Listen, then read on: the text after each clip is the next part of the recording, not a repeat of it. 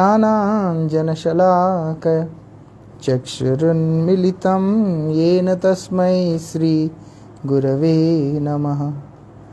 नमः ॐ विष्णुपादाय श्रीगौरप्रियमूर्तये श्रीमते भक्तिवल्लभ तीर्थगोस्वामिने नमः। यतीन्द्रियनमस्तुभ्यं गौरकृष्णप्रियात्मने रूपानुगगतिज्ञाय गुरुदेवाय ते नमः। पतितपावन परम करुणामयि परमाराध्यतम श्रील गुरुदेव नित्यलीला प्रविष्टों विष्णुपाद परमहंस परिव्राजकाचार्य अष्टोत्तर शतश्री श्रीमद् श्रील भक्तिवल्लभ तीर्थ गोस्वामी महाराज जी के अभय चरण में असंख्य कोट साष्टांग दंडवत प्रणाम करते हुए उनकी अहेतु की कृपा प्रार्थना करता हूँ। श्रील नरोत्तम दास ठाकुर जी महाराज यहाँ पर हम लोगों को भक्त संघ के लिए हमारी साधना में प्रगति को लेकर के हमें शिक्षा दे रहे हैं कि प्रेम भक्ति की कामना जिसके हृदय में हो उसके लिए भक्ति संग अत्यंत अनिवार्य है। हमने कल श्रवण किया था। क्या बोलते हैं यहाँ पर भक्ति मार्ग के अंदर अपने से श्रेष्ठ दयागुण रखने वाले उदार और स्नेहशील जो भक्त होते हैं उनका हम लोगों को संग करना चाहिए। वो हमारे दोषों को नहीं देखते हैं। समस्या ये बदजीव के अंदर दोष ही दोष भरा रहता है। तो साधन काल के अंदर वो दोष रहित साधन कैसे करेगा। और जो ऐसे स्वभाव वाला साधु ना हो वो आपके हर दोष के ऊपर जो है आपको धिक्कारता रहेगा। शासन करना अलग बात होता है लेकिन घृणा करना अलग बात होता है। इसीलिए ऐसे साधु की आवश्यकता है जो कि स्नेहशील है, ताकि हमारी बद्ध अवस्था में होने के बाद भी हम पर दया करते हुए हमें परमार्थ की ओर आगे लेकर के जाए। ऐसे जिसका हृदय बहुत उदार है, जो उसके भावों में संकोच नहीं है, किसी प्रकार की संकीर्णता आदि नहीं है।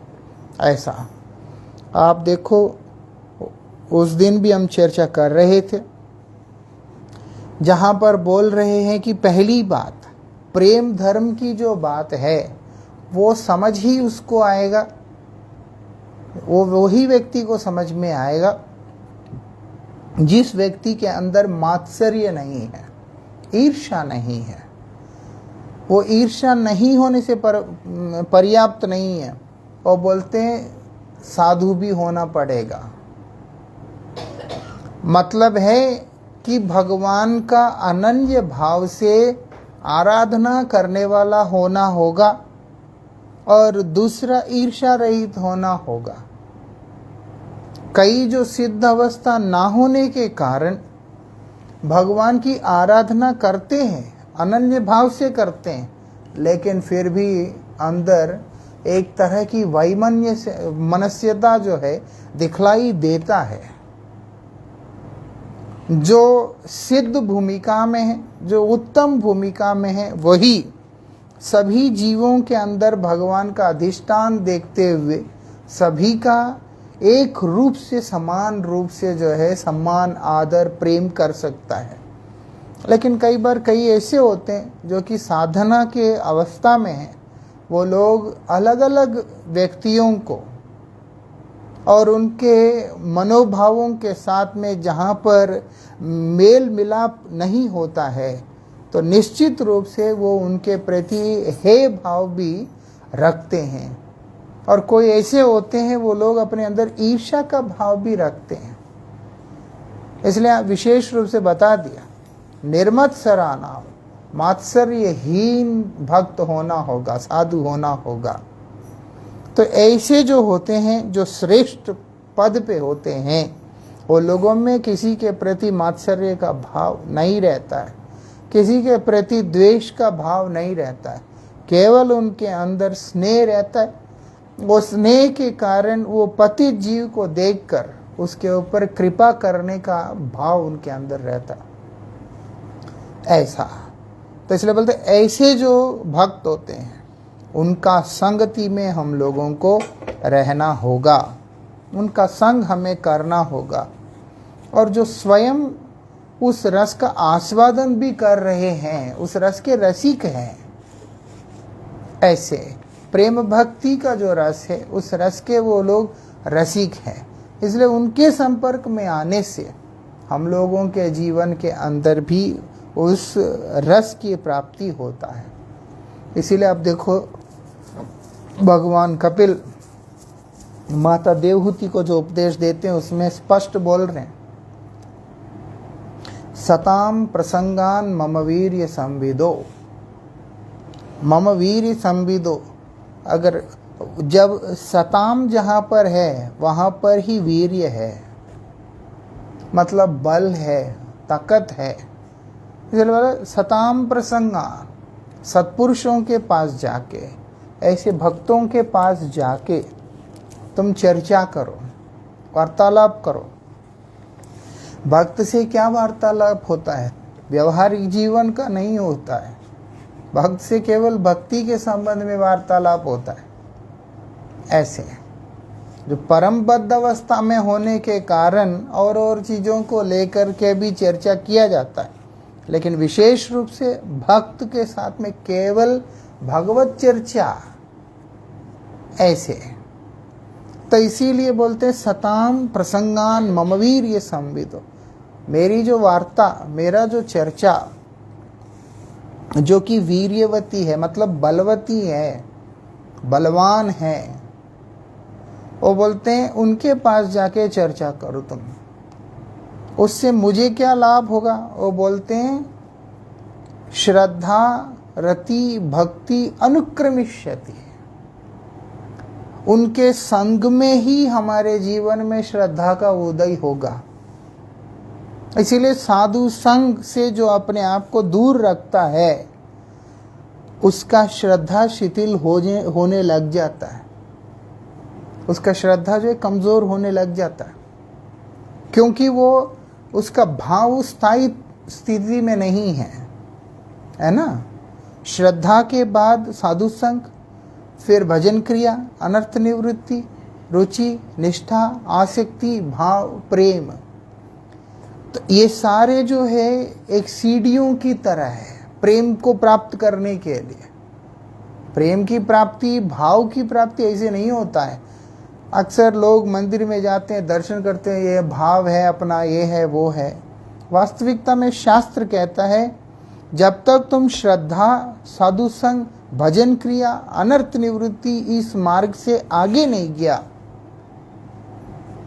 तब तक जो है किस प्रकार से भाव के स्थिति को प्राप्त करोगे।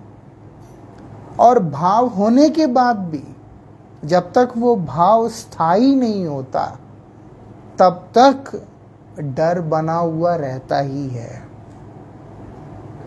यह है कि कम हो जाता है, चांसेस बहुत कम हो जाता है। प्रारंभिक अवस्था में जैसे होता है, श्रील भारती गोस्वामी महाराज बहुत इसके ऊपर जोर दे के बोलते थे। जब भक्ति लता जाके श्री कृष्ण का चरणाश्रय कर लिया, प्रेम फल दे रहा है, महाराज जी हमेशा बोलते उस समय जो किसान है उसका पहले से ज़्यादा रेस्पॉन्सिबिलिटी हो जाता है, नहीं तो नष्ट भी हो जाएगा। हाँ, उसके बाद जाकर के आस्वादन भी करता है, वितरण भी करता है। लेकिन जब वो आने लगता है, फल आने लगता है, आश्रय ले लेता है राधा कृष्ण के पाद पद्म का, तो उसका रेस्पॉन्सिबिलिटी और बढ़ जाता है। इसलिए वो और ज़्यादा साधु संग में रह के और गंभीरता से हरि कथा, हरि कीर्तन का आश्रय लेना पड़ता है। ऐसा भाव स्थायी में आ गया तो फिर चिंता नहीं है, लेकिन तब तक इसके बीच में आसक्ति में भी, निष्ठा में भी, रुचि में, किसी भी अवस्था के अंदर जब एक व्यक्ति अपने आप को साधु संग से दूर रखता है, निश्चित रूप से उसका श्रद्धा कमजोर हो सकता है। श्रद्धा ही कमजोर हो गया तो फिर साधु संग का महत्व क्या रहता है? ऐसा कुछ भी नहीं हो सकता, कुछ भी नहीं हो सकता। माया ऐसी चीज है, जगत ऐसी चीज है। ध्रुव महाराज इतने छोटे से बालक हैं जो कि भगवान के गोद में बैठ के आए हैं, ध्रुव महाराज, है ना। लेकिन वही ध्रुव महाराज राजपाट वगैरह करते हुए जब उन एक समय एक संदर्भ में ऐसा आया जब उनका भाई उत्तम के ऊपर यक्षों ने आक्रमण कर दिया था, ध्रुव महाराज यक्षों को मारने चले गए थे और इतने मारा। अब यक्ष जो है ध्रुव महाराज से युद्ध कैसे करें? ध्रुव महाराज जी के साथ कोई युद्ध कर ही नहीं सकता, वो तो भगवान के कृपा पात्र, कोई साधारण व्यक्ति है नहीं। इसीलिए जो है फिर आकर के उनका नाम क्या, मनु ने आके कहा कि पुत्र तुम कर क्या रहे हो, तुम पहचानो तुम हो कौन। साथ साथ उनको जागृति आई, साथ साथ उन्होंने सब छोड़ा और फिर भगवत धाम को प्राप्त किया। ऐसा कहने का मतलब है कि अगर खुद को संग से दूर रखते हैं, आप देखो एक ऐसी स्थिति है, बहुत बड़े महापुरुष हैं लेकिन फिर भी वैराग्य के नाम पे, साधना के नाम पे सब कुछ छोड़कर जंगल में आके बैठ गए थे और भजन भी कर रहे हैं, साधन भी कर रहे हैं, ऐसा नहीं कि नहीं कर रहे हैं, लेकिन इतना निर्जन में है कि वहाँ किसी का संग ही नहीं है। धीरे धीरे हिरन आता है, हिरन का संग होता है, हिरन में आसक्ति होता है और जब शरीर छोड़ता है तो हिरन बनना पड़ता है। तब उनको समझ में आता है कि ये क्या हो गया मेरे साथ। फिर उसके बाद फिर साधुओं के आश्रम में ही रहे। जीव हिरन बनने के बाद हमेशा साधुओं के जहाँ पर स्थान है उसके बाहर ही रहते थे, उनके ही उच्छिष्ट खाते थे और उसी से उनका अगला जो जन्म है उनका भरत जी के नाम से हुआ, वही जड़ भरत बने। इसीलिए जड़ भरत जी जो है, जो एक उपदेश जो मुख्य रूप से दिया उन्होंने, बहुत सारे उपदेश दिए, उनमें से एक उपदेश जो सब लेते हैं वो यही लेते हैं। रहुगण राजा को बोलते हैं तुम कौन सी तपस्या की बात करते हो, त्याग की बात करते हो, क्यों? क्योंकि ये सब तो मैं पिछले जन्म में भी करके ही आया, वही तो करने आया था मैं, सब छोड़ छाड़ करके। पिछले जन्म में मैंने क्या तपस्या नहीं किया, वो अपनी एक्सपीरियंस भी बता रहे हैं वहाँ। कौन सा तुम वैराग्य की बात कर रहे हो, भोग की बात कर रहे हो, सारा भोग छोड़ के, सारा राजपाट छोड़ के, सारी सब छोड़ के बड़े उसके साथ में आके किया, लेकिन महत पाद पद्म के चरणों के धूली से खुद को अभिषेक किए बिना कोई लाभ नहीं होने वाला है। ऐसा ध्रुव महाराज भी ऐसा, जहां संग थोड़ा सा हटा फिर आध्यात्मिक जीवन का दुर्घटना अपने आप से घटा। हम जितना भी हम ऊपर चले जाएं, है ना, कितना भी ऊपर चले जाएं, वो इसीलिए उसमें भी आता है, शिव ब्रह्मा के पद पे भी जाने के बाद भी अगर भक्त के प्रति दुर्भावना आता है या संग के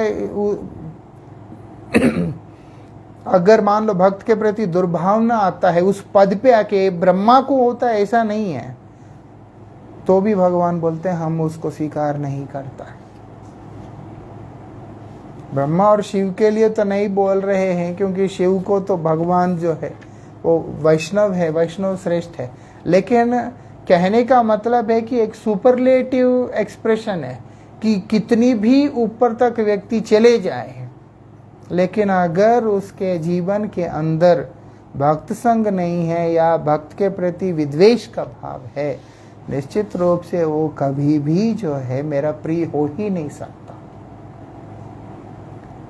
और पहली बात तो माया ही पकड़ लेता है। उनका प्रिय होना तो बाद की बात है, पहले तो माया ही पकड़ लेगा उसको ना। माया कैसे छोड़ेगा? कृष्ण विमुख मतलब माया ने पकड़ लिया उसको, और कुछ है ही नहीं वहां। श्री कृष्ण से विमुख होना मतलब माया का दास होना। तो इसीलिए यहां पर बोल रहे हैं अपने प्रयास से, अपनी चेष्टा से जो है हम लोग आगे नहीं बढ़ सकते। इसीलिए साधु संग मतलब साधु कृपा का कवच को हमें धारण करना ही पड़ेगा। वही उस माया को जो है हमारे ऊपर प्रभाव डालने से बचा सकता है, और साथ ही वही हम लोगों को भगवान के चरणों में जो अनुराग है वो उत्पन्न हो, उसका अनुकूल परिवेश बना सकता है। ऐसा वो हमारे लिए उसका अनुकूल परिवेश बना देता है, जिससे कि हम लोग क्या कर सकते हैं, उनकी कृपा को प्राप्त कर सकते हैं। ऐसा और क्या बोल रहे हैं यहाँ पर, हमने जैसे कल श्रवण किया कि उनका कृपा से जो है सब कुछ सुलभ हो जाता है, इजी हो जाता है। भगवान को पाना, उनका कृपा को पाना साधु कृपा से जो है बहुत सहज हो जाता है, स्मूथ हो जाता है, क्योंकि भगवान भक्त के वश में है। इसलिए भक्त का कृपा होने पर भगवान से फिर रहा नहीं जाता। आज आप देखो ना, अगर हम लोग मरा बोलते हैं तो वो कभी राम नाम हो ही नहीं सकता। लेकिन नारद जी के कहने पे एक्सेप्शनल केस में वाल्मीकि जी के लिए जैसे उन्होंने कहा वो राम नाम हो गया।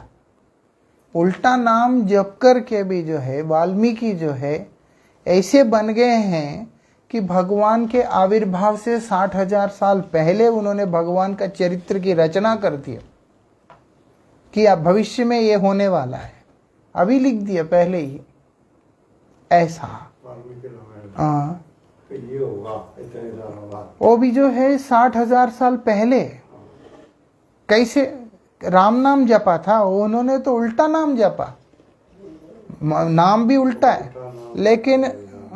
लेकिन नारद गोस्वामी के कृपा के कारण नारद गोस्वामी ने कहा और उन्होंने किया, उसी का परिणाम है ऐसा। पूर्ण विश्वास के साथ। हाँ, बस हमने उस दिन जैसे चर्चा किया, हिरण्यकशिपु प्रहलाद महाराज जी के वचनों पे विश्वास किया, साथ साथ ही उनको परिणाम देखने को मिल गया। इसलिए इतना सुलभ हो जाता है। 1000 साल तपस्या करने के बाद भी जिस वस्तु की उपलब्धि नहीं हो सकता, जिस चीज का प्राप्ति नहीं हो सकता, इतना करने के बाद भी वो उनके लिए एकदम सहजता से प्राप्त हो गया है, केवल प्रहलाद महाराज जी के साथ होने से और उनके वाणी को स्वीकार करने से। यही यहां पर बता रहे, बोलते हैं जो ऐसे शुद्ध वैष्णव होते हैं, दर्शन उनका स्पर्श, उनसे वार्तालाप, ये सब जितने भी हैं वो बोलते हैं क्या होता है, इन सब के द्वारा साधक के हृदय में रति उत्पन्न होता है। इसीलिए श्रद्धा से पहले भी जो है साधु संग की बात कहा है। श्रद्धा जो है बैठे बैठे कहाँ से आता है? श्रद्धा तो एक जीव जो संसार में पतित हो गया है, उसके जीवन में श्रद्धा कहाँ से आएगा? कि वो संसार में आया दुखी है तो उसमें श्रद्धा आ गया ना, साधु संग। साधे बताते हैं ना, बिल्कुल, तभी तो आएगा श्रद्धा। जब श्रद्धा होने के बाद फिर साधु संग। वो क्या है? वो गुरुपद आश्रय। श्रद्धा के बाद जो अगला कदम है वो यही है कि वो गुरुपद आश्रय करना। इसलिए श्रद्धा के पूर्व में जो साधु संग है वो श्रद्धा उत्पन्न करने वाला है। ऐसा श्रद्धा उत्पन्न होने के बाद वो गुरु का आश्रय ग्रहण करता है, फिर उसके बाद वहां उसको भजन क्रिया मिलता है। ऐसा उसके बाद वो भजन करते करते आगे बढ़ता है। इसीलिए पहले भी साधु संग है, बाद में भी साधु संग है और अंत में भी साधु संग है। वैसे तो अंत होता नहीं है, कहने का मतलब यह है कि प्रेम प्राप्ति के स्तर पे जा करके वहां भी साधु संग ही है। ऐसे इसलिए यहां पर बोल रहे हैं साधक के चित्त में बहुत जल्दी क्या उदय हो जाता है? ये रति उदय हो जाता है।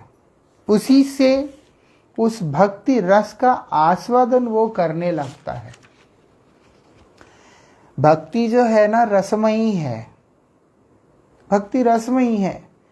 अब भागवत जी रसमयी है, लेकिन एक होता है जब उसका आस्वादन कर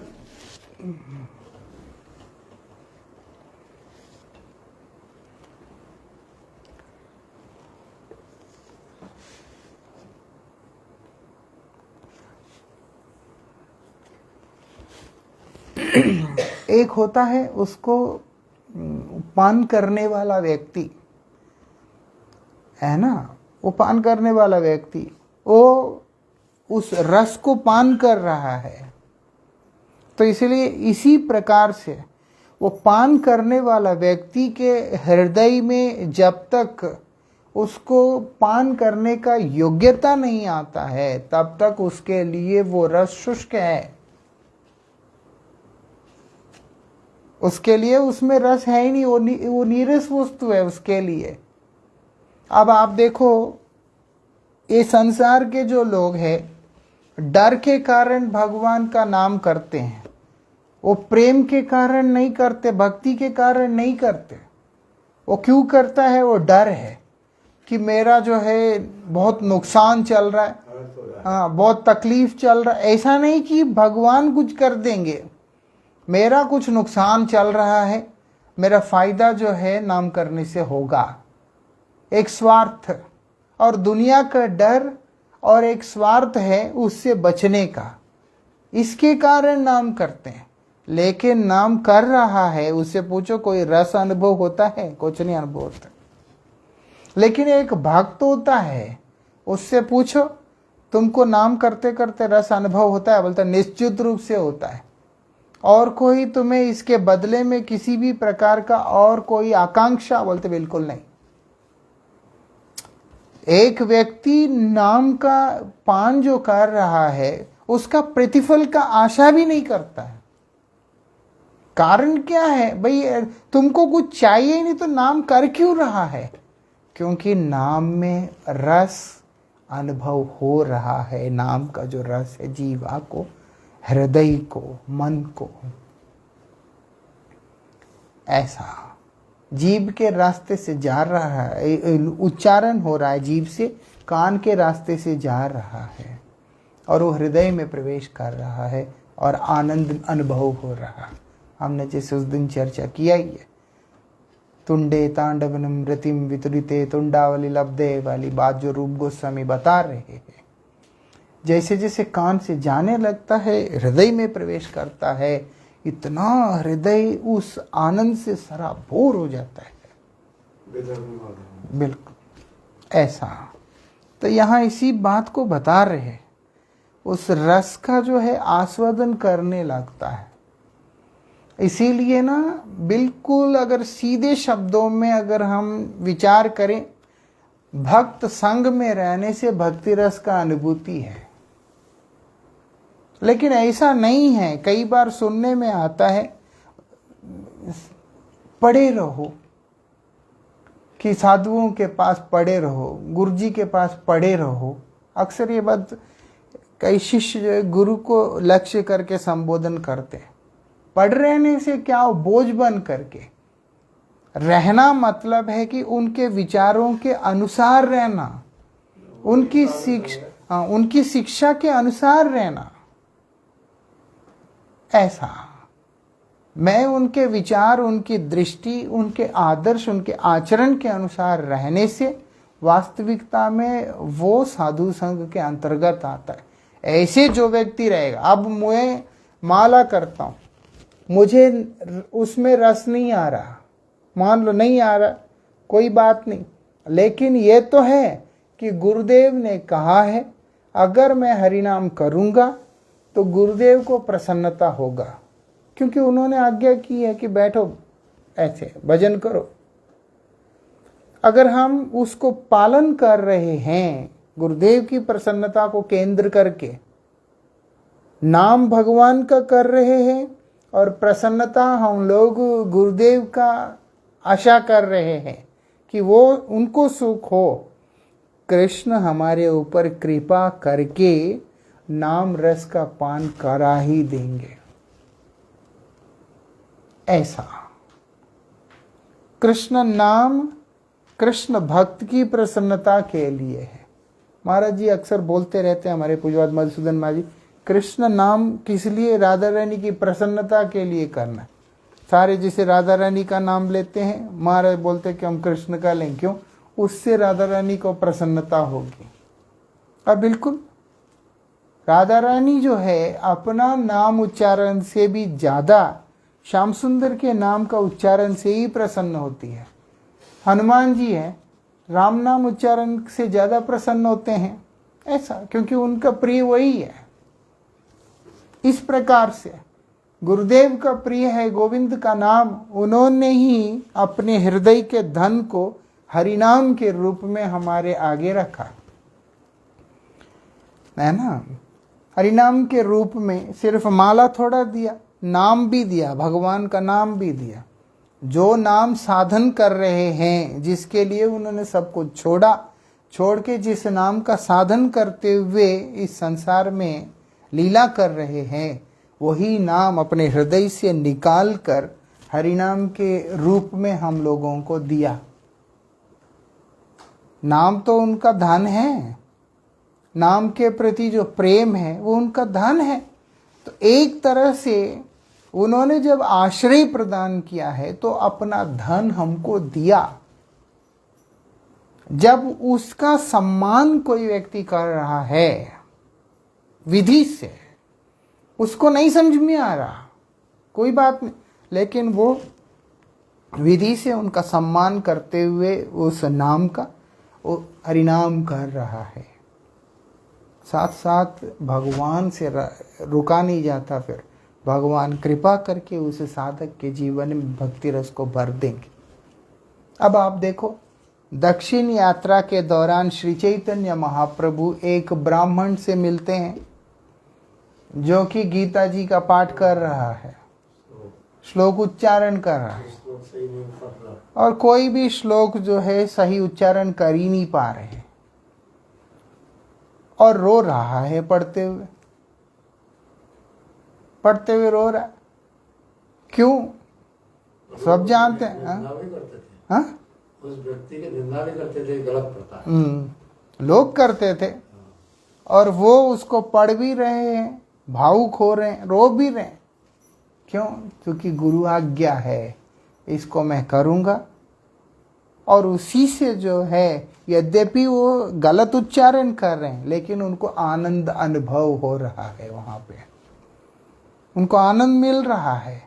ऐसे महाप्रभु ने इसीलिए बोला तुम्हारा अध्ययन ही वास्तविकता में सार्थक है। अरे गलत उच्चारण कर रहे हो, कोई भी गलत भले ही उच्चारण कर रहे हैं, लेकिन वो सार्थक है, क्योंकि वो आनंद को अनुभव कर रहे हैं और अपने गुरुदेव का आदेश पालन भी कर रहे हैं। भगवान ने उन्हीं शब्दों में उन्होंने अपने कृपा को विस्तार कर दी। भगवान का कृपा उन्हीं शब्दों से उनको हो रहा है। ऐसे तो इसीलिए बताया, मूर्खे वदति विष्णाय धीर वदति विष्णवे, उभयस्त समम प्राप्यम भावग्राही जनार्दन। भगवान जनार्दन जो है भावग्राही है। वो भाव कहाँ से आता है? वो बोलते गुरुपद आश्रय, गुरु कृपा से आता है। इसीलिए साधना गुरु कृपा के लिए करनी है। वो गुरु जी हमसे और एक्सपेक्टेशन क्या रखते हैं? देखा जो कुछ भी नहीं रखते। वो उनको हमसे क्या चाहिए? कुछ भी नहीं चाहिए। यही है कि हम ठीक से साधन भजन करें।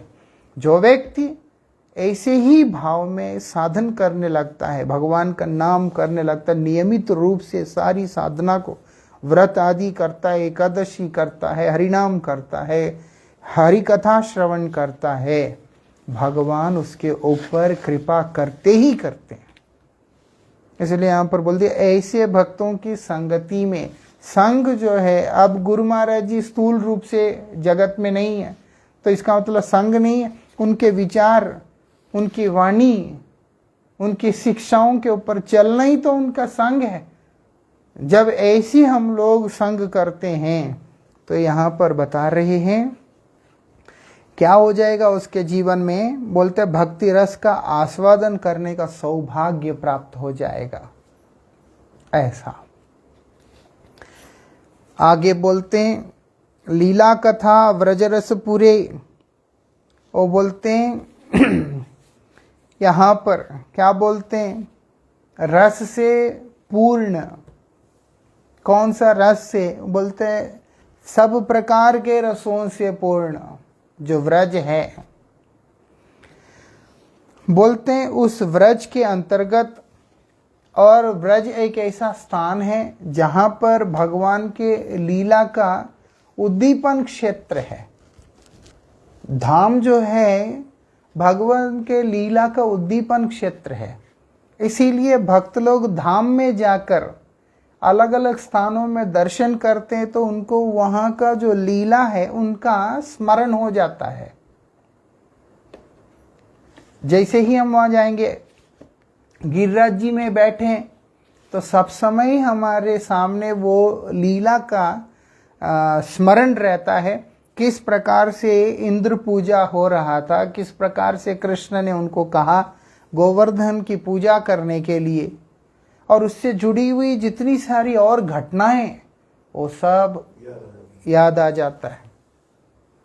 ऐसा राधा कुंड जाएंगे, वहाँ का रघुनाथ दास गोस्वामी के उधर प्रणाम करते, वहाँ का राधा दामोदर जी आते हैं, इधर जाते हैं, मानसी गंगा जाते हैं, कोई भी क्षेत्र में जाएंगे, नवद्वीप में जाएंगे, पुरुषोत्तम धाम में जाएंगे।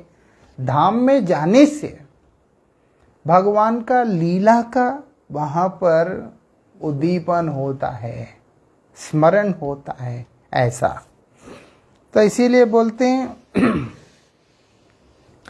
क्या करना है? बोलते हैं ऐसे जो व्रजधाम के अंदर क्या करना है, वहां पर वास करते हुए, व्रजपुर में वास करते हुए व्यक्ति को इस लीला कथा का आस्वादन करना चाहिए। कहाँ पर? वो बोलते हैं महत भक्तों के सानिध्य में बैठ के। ऐसा और तो और यहाँ पर ये भी बता दिया, अगर स्थूल रूप से कोई व्यक्ति नहीं भी रह सकता है, वो बोलते मानसिक रूप से ही सही, लेकिन अपने आप को व्रज के अंदर रख के वो भी संभव नहीं है। वो बोलते भक्तों के सानिध्य में रख के, क्योंकि भक्त जहाँ होता है वही धाम होता है।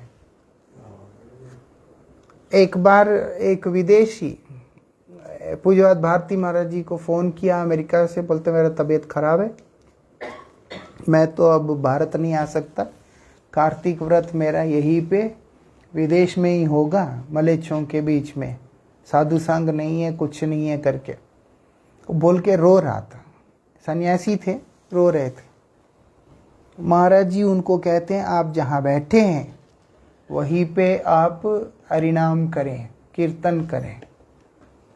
महाराज बोलते हैं भगवान नित्य वस्तु है कि नहीं? बोलते हैं हाँ। और बोलते जब भगवान नित्य वस्तु है, भगवान के सेवक भी नित्य वस्तु है, बिना सेवक के सेव्य का सेवा कैसे होगा? तो इसीलिए महाराज जी ने फिर वहां पर बोला, निताएर चरण सत्य ताहार सेवक नित्य। ये लाइन उन्होंने बोला था। बोल के महाराज जी ये बात बोलते कि देखो भगवान नित्य वस्तु है और भगवान के सेवक भी भगवान के साथ में नित्य विराजते हैं। और भगवान ही क्या बोलते हैं, मदभक्त यत्र गायन्ति तत्र तिष्ठामि नारद। भक्त जहां पर मेरे गुणगान करता है मैं वहीं पे रहता हूं। अब तुम अपने गुरुदेव का और अपने गुरुवर्गों का, वैष्णवों का, उनका स्मरण करते हुए वहीं पे बैठ के कीर्तन करो। जब उनके अनुगत में तुम कीर्तन करोगे तो वहीं पे भगवान कृपा करेंगे तुम्हें। जब भगवान वहाँ कृपा करेंगे वहाँ पर भगवान के भक्त भी कृपा करेंगे।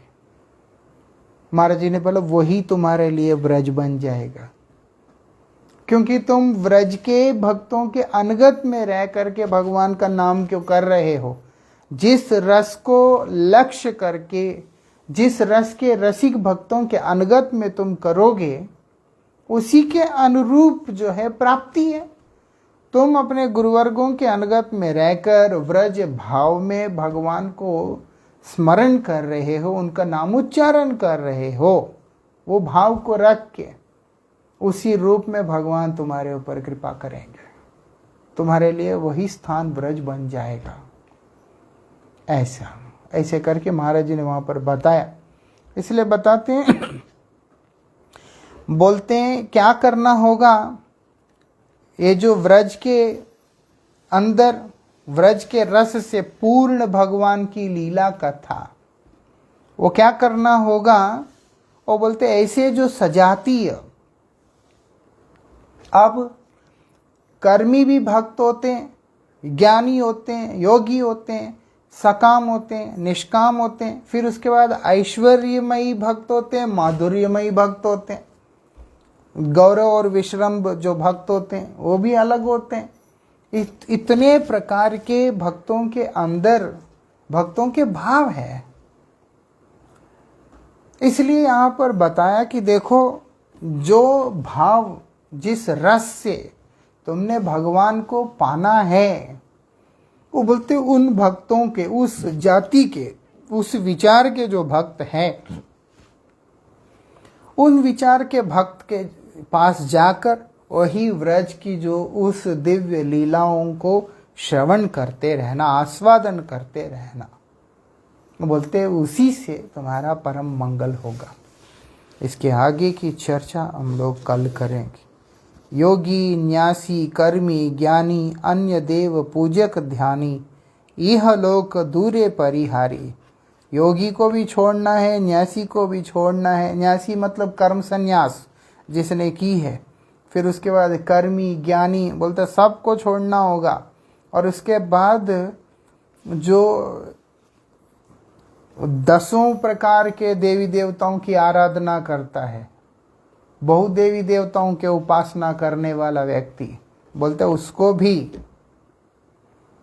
बोलते अनन्यता एक ही के प्रति होता है, बाकी सबके प्रति सम्मान का भाव। बोलते इसीलिए यहाँ पर जो सभी की उपासना करने वाला होता है, वास्तविकता में उसके अंदर किसी एक के प्रति सत्य श्रद्धा का अस्तित्व नहीं होता। इसलिए बोलते ऐसे लोगों का संग भी नहीं करना है। उसका कैसे होगा? बिल्कुल, राम की भी करेगा, हनुमान की भी करेगा, किसी का भी करेगा, वो शिव जी की भी करेगा, औरों की भी करेगा, गणेश जी भी करेगा। तो इसलिए बोलते इन सब लोगों से भी दूर रहना है। उसके बारे में हम लोग कल श्रवण करेंगे। वांछा कल्पतरुभ्यश्च कृपा सिंधुभ्य एव च पतितानां पावनेभ्यो वैष्णवेभ्यो नमो।